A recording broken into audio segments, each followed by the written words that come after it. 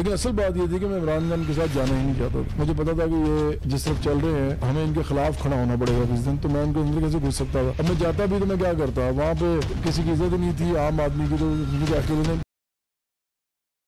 भाई अगर हम तारीख को देखते हैं को लेफ्ट या कम्युनिज्म या सोशलिज्म के बाएं बाजू के बहुत सारे धड़े बने, यानी कि अब पाकिस्तान बनने से शुरू हो जाते हैं, सजाद ज़हीर से लेके हसन नासिर, बड़े बड़े धड़े तकसीम होते गए, बनते गए। पाकिस्तान में जितनी मेरा ख्याल है लेफ्ट ने मार खाई है, किसी और नज़रियाती लोगों ने मार उतनी नहीं खाई। आप क्या समझते हैं कि ये लेफ्ट है पाकिस्तान में क्यों कमज़ोर रहा? हालांकि 70s में 60s में बड़ा इनको अरूज था, बड़े लोग इनको चाहते थे, लेकिन फिर मार पड़ना शुरू हुई। आप क्या समझते हैं कि पाकिस्तान में सोशलिज्म या लेफ्ट का नज़रिया जो है वो सर्वाइव कर सकता है?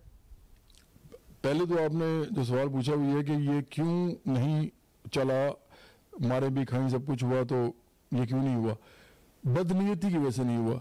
देखें, जो लीडरशिप थी ना वो जागीरदारों में मुश्तमिल थी, और जो आम लोग थे, जो आम लोगों ने ऑर्गेनाइजेशन बनाई हुई थी उस ज़माने में, किसान तंजीमें थी, मजदूर तंजीमें थी, असातिज़ा की तंजीमें थी, मतलब मुख्तलिफ किस्म क्लर्क्स की तंजीमें थी, हर किस्म के लोगों की तंजीमें थी उस ज़माने में, और एक्टिविज़म भी होता था। लेकिन उनकी जो लीडरशिप होती थी वो कहीं ना कहीं जाके ना खड़ी हो जाती थी रियासत को चलाने वाले जो समाजदार जागीरदार थे उनके साथ, और वो नहीं वो लीडरशिप नीचे जाने देते थे जो आम लोग थे। और जो पॉलिटिकल पार्टीज की लीडरशिप थी वो तो थी ही जागीरदारों के पास। लेकिन ना लेफ्ट की अगर कोई बड़ी पार्टी कहा जाए जिसको, तो वो तो उस ज़माने में वो पीपल्स पार्टी थी। लेकिन पीपल्स पार्टी को चलाने वाले ज़ुल्फ़िकार अली भुट्टो थे, जो एक जागीरदार थे जिनकी हज़ारों एकड़ों में ज़मीनें थी, और फिर उनके जो गुलाम मुस्तफ़ा खर जो थे वो चीफ मिनिस्टर थे पंजाब के, वो भी बहुत बड़े जागीरदार थे। फिर गुलाम मुस्तफ़ा जतोई जो थे वो सिंध के चीफ मिनिस्टर थे, वो भी बहुत बड़े जागीरदार थे। तो ज़ुल्फ़िकार अली भुट्टो ने कोई इनकलाबी पार्टी नहीं बनाई थी, लेफ्ट के नाम पे एक पार्टी बनाई थी। आप ये समझ लें, इस तरह कह लें कि उन्होंने गरीबों के लिए पार्टी बनाई थी, उन्होंने गरीबों की पार्टी नहीं बनाई थी। उन्होंने आम लोगों का नाम इस्तेमाल करके पार्टी बनाई थी, उन्होंने आम लोगों की पार्टी नहीं बनाई थी जो वो चलाएं और वही उसके लीडर हों। तो एक तो ये बदनीयती थी जो आपको नजर आती है, रूलिंग क्लास मतलब हुक्मरान तबके ने लेफ्ट की पार्टी बनाने की कोशिश की। मतलब ये एक बहुत बड़ा तजाद है अपने अंदर। मैं आपको छोटी सी मिसाल देता हूँ, फिर मैं आपके सवाल के दूसरे पार्ट पे आता हूँ। मैं जो हूँ ना, दो चीज़ें होती हैं बड़ी इंपॉर्टेंट होती है दुनिया में आजकल, एक शोहरत और एक दौलत। शोहरत और दौलत दोनों ताकत की तरफ लेके जाती हैं आपको। आप ताकत का असूल जो है वो इन दोनों के बगैर नहीं हो सकता, और आखिर में बड़ी पावर का असूल इन दोनों के इम्तजाज के साथ होता है। आप मशहूर भी होते हैं और आप दौलतमंद भी होते हैं। जो कैपिटलिस्ट सरमायादारी पॉलिटिक्स का जो तरीका है, उस हिसाब से अगर मुझे आप देखें तो मैं भूखा नहीं मर सकता। मैं कोई बहुत खरबपति अरबपति आदमी नहीं हूँ, लेकिन मैं भूखा नहीं मर सकता इस मुल्क में, क्योंकि मैंने इतना तो मेरे पास है कि मैं ज़मीन पे भी सो जाऊँगा तो खाना मैं खाता रहूँगा। तो मुझे तो कोई मसला नहीं है ना इस मुल्क में, ये वाला मसला कि मेरे बच्चों को रोटी भी मिलेगी कि नहीं मिलेगी, उनको तालीम भी मिलेगी नहीं मिलेगी, उनको इलाज भी मिलेगा नहीं मिलेगा, मुझे नहीं है। इसी तरह मैं इस मुल्क में करोड़ों लोगों में जाना चाहता हूँ। लोगों के दादे दादियाँ, दादे, नाने, नानियाँ, फुफ्फा फुफ्फी, खाला खालू, फिर उसके बाद ताया चचा, उनके घर वाले सब मुझे जानते हैं। अब प्रॉब्लम यह है कि अगर मैं इलेक्शन लड़ता हूँ और मैं पार्टी बना के खुद ही कुछ बनने की कोशिश करता हूँ, तो फिर तो मैं भी वही कर रहा हूँ जो उन्होंने किया। मैं जागीरदार नहीं हूँ, सरमायादार नहीं हूँ, लेकिन मैं कम से कम एक खुशहाल तो हूँ ना, इस हद तक मशहूर भी हूँ। तो मैं तो खुद इलेक्शन नहीं लड़ रहा, इसलिए मैं तो लड़ना ही नहीं चाहता इलेक्शन। तो इन लोगों ने ऐसा क्यों नहीं किया? मैं तो चाहता हूँ लोगों को लीडरशिप दी जाए, उनको इलेक्शन लड़ाया जाए, मैं सिर्फ पार्टी बनाने में अपना रोल अदा करूँगा। ये क्यों नहीं करते थे? ये खुद वज़ीर-ए-आज़म बनने का क्या शौक था? जो भी पार्टी बनाता था खुद वज़ीर-ए-आज़म बनना चाहता था। क्यों भाई? आपने तो पहली बड़ा एंजॉय किया है, आपने ग्लैमरस लाइफ गुजारी है, आपने यशी की हर किस्म की। आप 300 कनाल में इमरान खान रहते हैं, हज़ारों कनाल में शहबाज शरीफ रहते हैं, और आसिफ ज़रदारी के बारे में मैं बार बार कहता होता हूँ, उनको तो मालूम ही नहीं होगा मेरे घर कितने। बिलावल हाउसी जो है वो सिर्फ ये लाहौर वाला है, ये तकरीबन 134 या एग्जैक्टली मुझे नहीं अब याद आ रहा, गलत ना फिगर बोल दूं, लेकिन 100 कनाल से ऊपर है वो। तो वो एक से बिलावल लाहौर वाला, उसके अलावा पता नहीं क्या उनका प्रॉपर्टीज़ हैं। तो देखें इसलिए ये तो इसलिए बदनीति की वजह से नहीं हुआ। फिर आपने कहा कि सर्वाइव क्यों नहीं कर सकी। सर्वाइव इसलिए नहीं कर सकी क्योंकि जब कोल्ड वॉर हो रही थी ना, जब रशिया और चाइना एक हकीकतों के दौर में मौजूद थे और वो अपने नज़रियात पे खड़े हुए थे, वो नज़रियात बेशक थोड़े से टूट फूट भी चुके थे, थोड़े से उनके अंदर अंदरूनी खलफशार भी था, इंतशार भी था, जो कि 1991 में फिर बाहर निकल के बम की तरह फूटा और एक धमाका हुआ और वो ज़मीन बोस हो गया। तो इनर कॉन्ट्रडिक्शंस चल रही थी, तजादात चल रहे थे, सब कुछ था, लेकिन एक हवा जो था वो बहुत बड़ा था, बहुत बड़ा हवा था। दुनिया में 2 ब्लॉक्स थे, एक तरफ अमेरिका, यूरोप, जापान, इस तरह के मुल्क थे। जापान एशिया में था और बाकी वो यूरोप और नॉर्थ अमेरिका में थे, कनाडा भी उसमें आ जाता है बल्कि। तो एक तरफ तो ये लोग थे और दूसरी तरफ जो थे वो रशिया था, चाइना था, क्यूबा था, ईस्टर्न यूरोप के मुल्क थे। तो मतलब लैटिन अमेरिका और ईस्टर्न यूरोप में भी आपको मुल्क नजर आएंगे। फिर हमारे जैसे मुल्कों के अंदर मूवमेंट्स थी, बहुत बड़ी बड़ी तरीके थी, तो लेफ्ट की भी और राइट की भी, तो वो तरीके भी चल रही थी। तो हुआ ये है कि जुल्फ़िकार अली भुट्टो ने जब सियासत शुरू की तो उस वक्त 2 हवालों से उनको फ़ायदा हुआ। पहला फ़ायदा ये हुआ कि बहुत सारे लेफ्ट के लोग जो थे वो एक पार्टी बनाना चाह रहे थे, वो अपनी अपनी छोटी छोटी पार्टियों में थे, लेकिन उनके पास बड़ा इमेज कोई नहीं था, कोई बड़ा नाम नहीं था। तो उस बड़ा नाम ना होने की वजह से वो सियासत कर नहीं पा रहे थे। तो बेशक उनके पास नजरियात थे, सब कुछ था। उन्होंने देखा कि एक नाम उभर आया है और जुल्फ़िकार अली भुट्टो बहुत बड़े एक्टर थे, अदाकार थे। उन्होंने जाके वो कागज़ फाड़ दिए, यूनाइटेड नेशन में पूरे दुनिया में उनका नाम हो गया। ताशकंद के ऊपर जो मामला था उन्होंने खड़ा कर दिया और उसमें उन्होंने इस हद तक चले गए, उन्होंने कहा जी देखते हैं हम भूखे मर जाएंगे और ये कर लेंगे लेकिन ये नहीं करेंगे। तो इस तरह के जब उन्होंने गिमिक्स किए, नारेबाजी की, तो उनका नाम बन गया। तो जो पॉलिटिकल लोग थे उन्होंने कहा कि जो लेफ्ट के थे उन्होंने कहा ये बंदा आप निकल आया, ये बंदा, उसने कहा जी आप सारे मेरे साथ आ जाओ, हम बड़ी पार्टी बनाते हैं। वो उनके साथ मिल गए। एक तो ये फैक्टर था। दूसरा फैक्टर ये था कि पूरा मीडिया जो था, मीडिया ज़हन में रखेंगे, अखबार थे उस ज़माने में और पाकिस्तान टेलीविज़न था, रेडियो पाकिस्तान था, FM तक नहीं था अभी। उस ज़माने में मैगजीन्स थे, उसके अलावा सोशल मीडिया कोई नहीं था, केबल टेलीविज़न नहीं था, चैनल कोई नहीं थे। उस ज़माने में ये जितने भी जर्नलिस्ट थे, जितने बड़े बड़े अदीब थे, जितने बड़े बड़े शायर थे, लिटरेरी फिगर्स थे, इनके अंदर भी लेफ्ट और राइट के लोग थे। बल्कि पूरे अखबार एक लेफ्ट का होता था और एक राइट का होता था। इसी तरह कोई मैगजीन एक लेफ्ट का होता था, एक राइट का होता था। तो इतनी बड़ी जब डीमार्केशन हो ना, डिवाइड हो, तो जाहिर बात है कि पॉलिटिकल पार्टी जो लेफ्ट की बने उसको इतना बड़ा एक सपोर्ट सिस्टम मिलता है कि वो फिर उसको बनने से रोक नहीं सकता। अगर कोई अहम नाम या कोई मशहूर नाम उसके अंदर आ जाए, वो ज़रूरी होता है, क्योंकि लोगों ने किसी न किसी को तो अपना बनाना होता है ना कि यार ये बंदा है जो हमारा बंदा है। तो वो पहले नज़र नहीं आ रहा था कोई, वो नज़र आ गए तो पार्टी बन गई। सर्वाइव इसलिए नहीं किया कि जब 91 में इन्हदाम हुआ इसका सोवियत यूनियन का, कोल्ड वॉर ख़त्म हो गई, दुनिया यूनिपोलर हो गई, अमेरिका अब ड्राइविंग सीट पे है और उसके साथ यूरोप भी है, उसके साथ जापान भी है, और उसके साथ दुनिया में जहाँ जहाँ भी बड़ी बड़े आबादियों से लेके छोटी छोटी आबादियों तक मुल्क हैं, वो सारे उसकी या तो मुती हैं, बिल्कुल ही उसकी इताअत करते हैं, और या फिर वो अंदर से गुस्सा खाते हैं लेकिन कुछ कर नहीं सकते उसका। तो जब ये सूरत हाल हो गई तो लेफ्ट की जो पार्टीज थी वैसे तो डिसइंटीग्रेट हुई। उसमें उनके खिलाफ जिस तरह आपने कहा पहले भी कि मज़हब इस्तेमाल किया गया, हालांकि वो लोग वो अपनी ज़ाती ज़िंदगी में मजहबी भी थे, लेकिन वो सियासत में मज़हब इस्तेमाल करने में बिलीव नहीं करते थे। उनके खिलाफ मजहब इस्तेमाल किया गया, उनके खिलाफ रियासत की मशीनरी भी इस्तेमाल हुई, उनके खिलाफ जो है वो एक ऐसा भी बनाया गया कि ये लोग बेसिकली इनकलाब नहीं चाहते बल्कि खाना जंगी चाहते हैं, इस मुल्क के अंदर इंतशार फैलाना चाहते हैं, फसाद फैलाना चाहते हैं। तो जब ये सारा कुछ हुआ तो आहिस्ता आहिस्ता ये डिसइंटीग्रेट होना शुरू हुआ। सरवाइव इसलिए नहीं कर सका, लेकिन उसमें इनकी अपनी भी बहुत सी गलतियां थी, ये आपस में भी लड़ते रहे, ये इकट्ठे नहीं हुए। और चूँकि सोवियत यूनियन भी ख़त्म हो गया, चाइना ने भी कैपिटलिज्म को एम्ब्रेस कर लिया, तो फिर इनका सर्वाइवल जो था वो तकरीबन मतलब नहायत मुश्किल हो गया। तो इसलिए हमारी जो पार्टी अब बन रही है, आप ये समझें कि हम एक बहुत ही तारीख के अंदर एक ऐसा काम करें जिसमें हम कहते हैं कि हम टाइड के अगेंस्ट स्विम कर रहे हैं। जो मौजें हैं वो हमें और तरफ ले जा रही हैं, लेकिन हम उसके उल्ट तैर रहे हैं।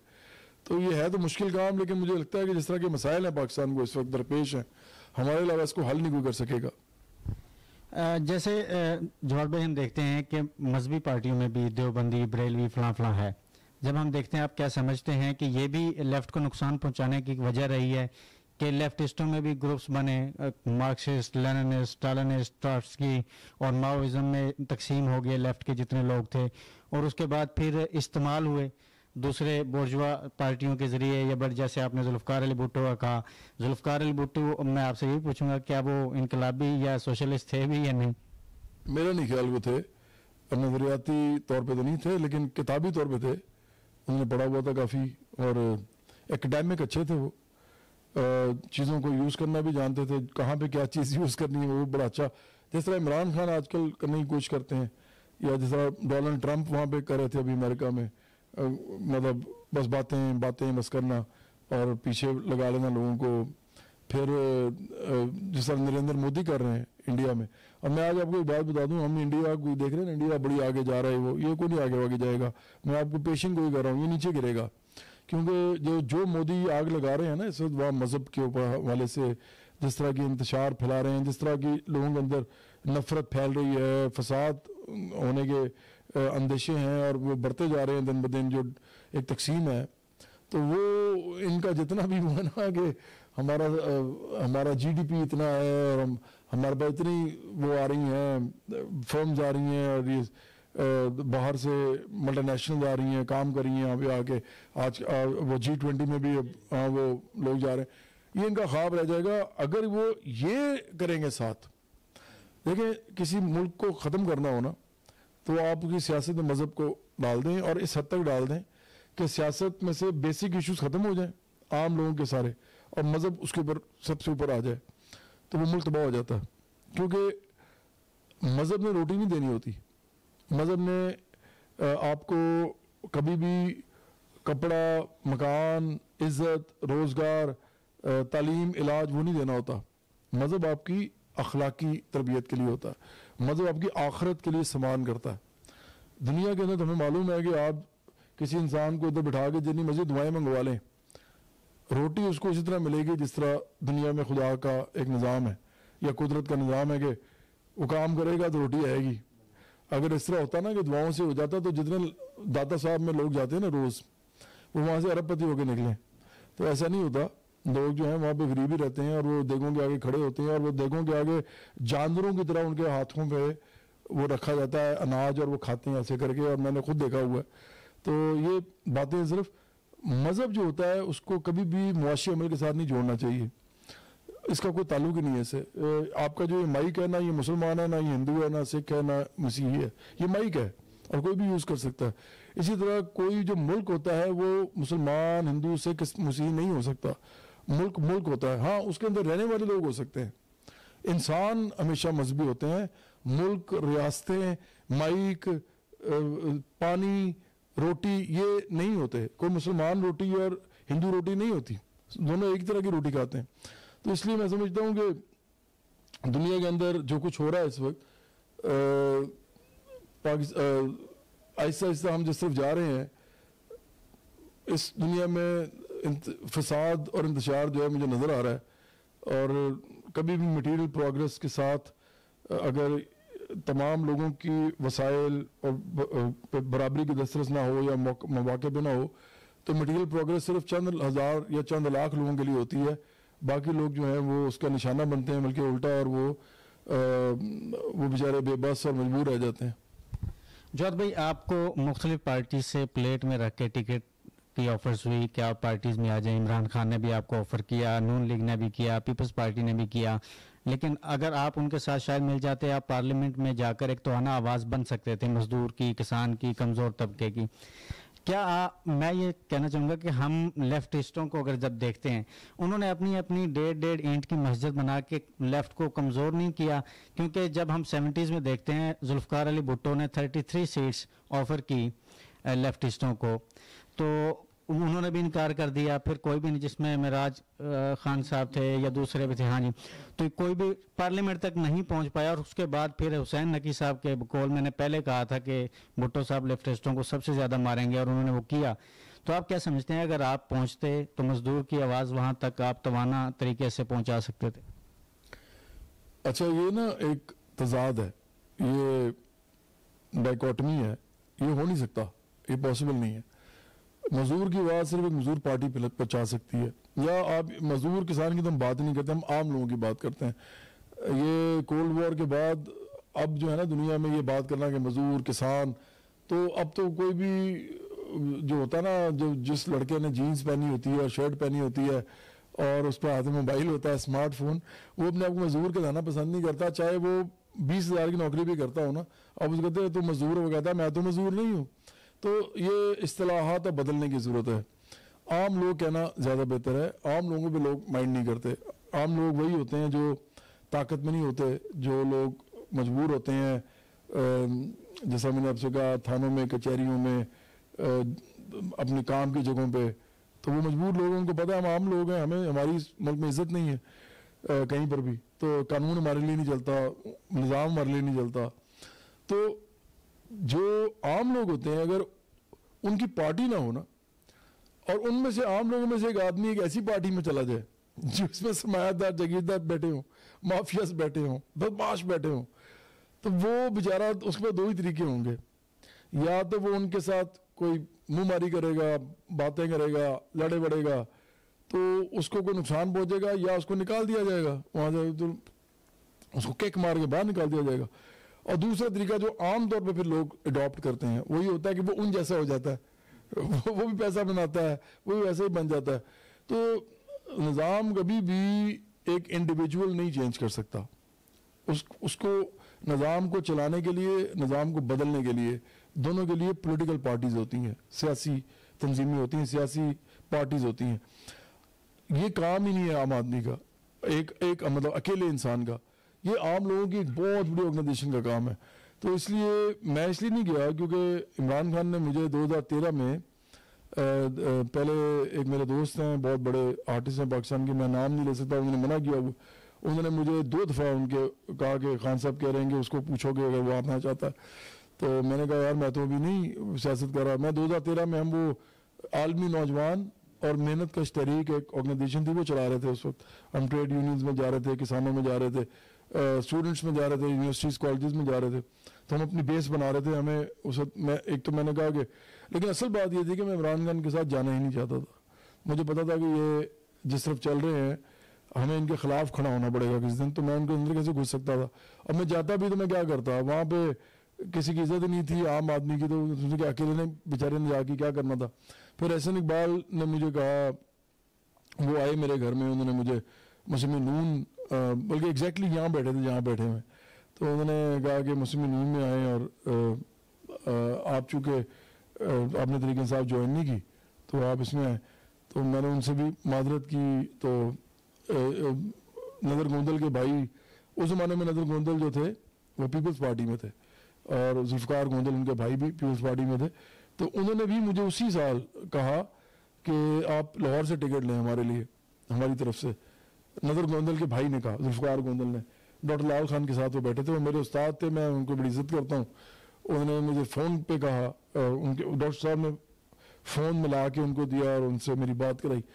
तो मैंने उनको भी कहा जी मैं तो नहीं ये कर सकता, मैं तो नहीं समझता कि इस तरह की पार्टीज में मेरी कोई गुंजाइश है। तो फिर हमने 2018 में अपनी पार्टी बनाई, और फिर बेशक हमने ज़ीरो से स्टार्ट किया है, हमें नहीं पता हमारा क्या बनेगा, लेकिन कॉम्प्रोमाइज़ कोई नहीं है। ना तो हम बूट पॉलिश करेंगे कभी, और ना ही हम सरमायादारों, जागीरदारों, माफियाज के सामने उनके गुलाम या उनके नौकर या मुलाजिम बन के खड़े होंगे। हम तो उनके सियासी मुखालिफ हैं, और ये मुखालफत इनको आइंदा आने वाले दिनों में पता चलेगी। अभी तक इन लोगों ने इस मुल्क पर रूल किया है, हम उनके ज़ाती मुखालिफ नहीं हैं, मैं फिर बता रहा हूँ, हम उनके सियासी मुखालिफ हैं। तो अब उनकी बारी है कि वो आराम से घर बैठें, इनको निकाला जाए कानून साज इदारों से और आम लोगों से भरा जाए उनको। जवाब भाई, आप पर यह एतराज़ किया जाता है कि आप जो इमरान खान से बड़े सरमायादार हैं, बड़े जागीरदार हैं, उनको ज़्यादा क्रिटिसाइज करते, सिर्फ इमरान खान को करते हैं, इसकी क्या वजह है?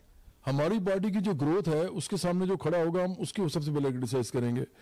नवाज शरीफ और राशिदारी अगर इमरान खान ना होते तो हमारा इनसे लड़ना बड़ा आसान था। हम नौजवानों को कहते कि देखो ये खरबपति अरबपति लोग हैं और आप लोगों के लिए कुछ नहीं करेंगे, आज तक भी कुछ नहीं किया, तो आओ हम पार्टी बनाते हैं, तो फ़ौरन पार्टी बन भी जाती, मैं लोगों में जाना भी जाता था। प्रॉब्लम इमरान खान था।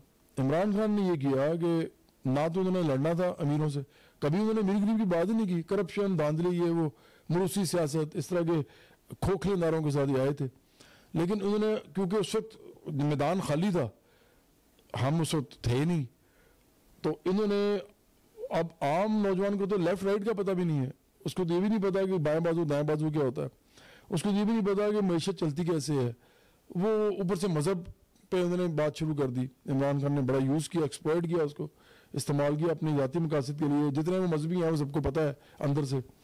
तो जब वो ये उन्होंने किया तो उससे हुआ ये कि हमारी पार्टी की ग्रोथ जो है उसके रास्ते में ये खड़े हो गए आगे।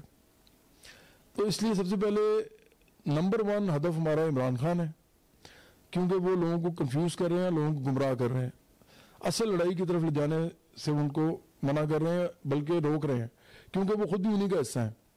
उनकी सारी पार्टी के अंदर वही लोग मौजूद हैं, हुक्मरान तबका, अमीर अशराफिया जो इस मुल्क को खा रही है बैठ के, और वही लोग ये लेके आए थे।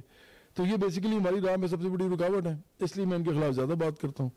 लेकिन मेरे ट्विटर पे, मेरे फेसबुक पे, मेरे यूट्यूब पे, मेरे जहाँ जहाँ भी आप जाएंगे आपको बार बार नजर आएगा कि मैं नवाज शरीफ, आसिफ ज़रदारी का नाम लेके, पीपल्स पार्टी और मुस्लिम नून का नाम लेके कहता हूँ कि हम इनके खिलाफ हैं सियासी तौर पे। तो ये आप ना कहें कि ये मैं नहीं करता, मैं ये कम करता हूँ, क्योंकि हमारा हदफ सिर्फ इमरान खान है।